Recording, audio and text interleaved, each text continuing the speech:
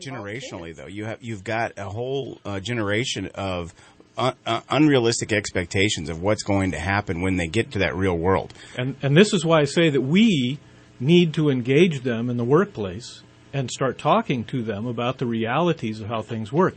It breaks my heart that in our culture, in our communities, we are denying children, young people, access to the marketplace, either by minimum wage or safety rules or whatever that is. But the internships is still a very viable method for people who are concerned about these areas of teaching our young people our trades. Internship is a beautiful way to draw these people in into our work environments and to lay in how that works. The other dimension about Reading that we need to put on the table is the Reading of today is nothing like the Reading of 10 years ago.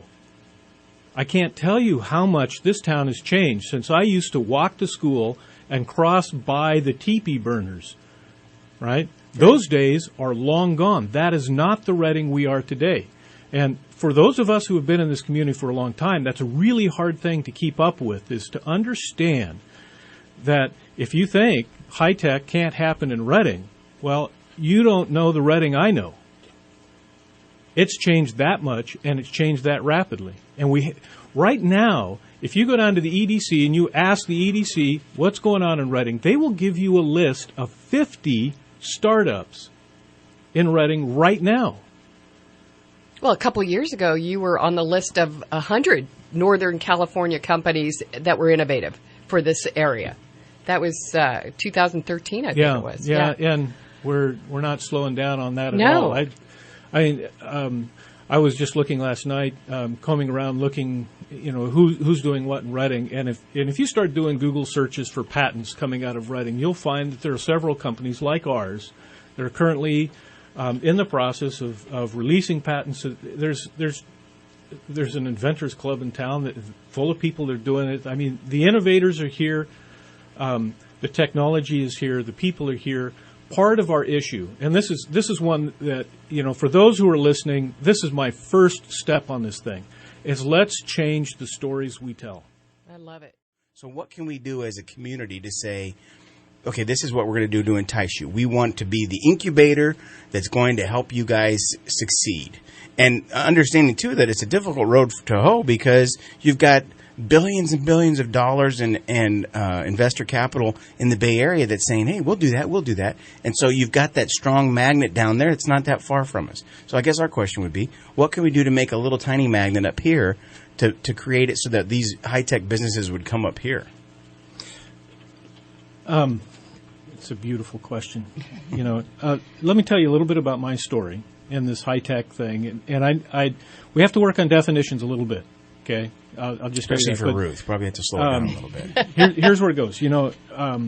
After finishing school, I spent some time with Howard Hughes and Star Wars and all that Ronald Reagan space shield stuff in their skunk works down in Santa Barbara. I got a call from a fellow in Reading who was building the memory test systems that Intel was using in their manufacturing process. Wow. That was invented here in Reading. The first memory test systems for Intel was done out of Reading, California. Now, when was the last time you heard that story? Never. All right. That was the company I came back to Reading to join. It was a Pacific Western Systems, had a location out on Airport Road. They rocked the memory market. Were a big part of why computer memory became so cheap. That belongs to Reading. There was a series of probably about a dozen patents that flowed from that effort. That's how I got back to Reading. And, over time, every business, they grow, they mature, and they die. That's the nature of business. We accept that. For me as an individual, being committed to Reading area, the question is, what do I have to do to survive here? This is not as easy as putting your name on the door, right? Mm-hmm. Here's the great lesson. So, that was, what was that? A lot of years ago, Where we stand today, last year, we grew about 40%. I stand to grow another 40% next year if I can manage the growth. It's based on a very simple idea. And it comes in kind of two flavors. First thing is that if I'm going to make it in Reading, I better be on the top of my game. There's no room. I have to be good at what I do. And you'll notice in my CV, I teach operations management out at Simpson. And the reason I teach that is because I have to be at the top of my game.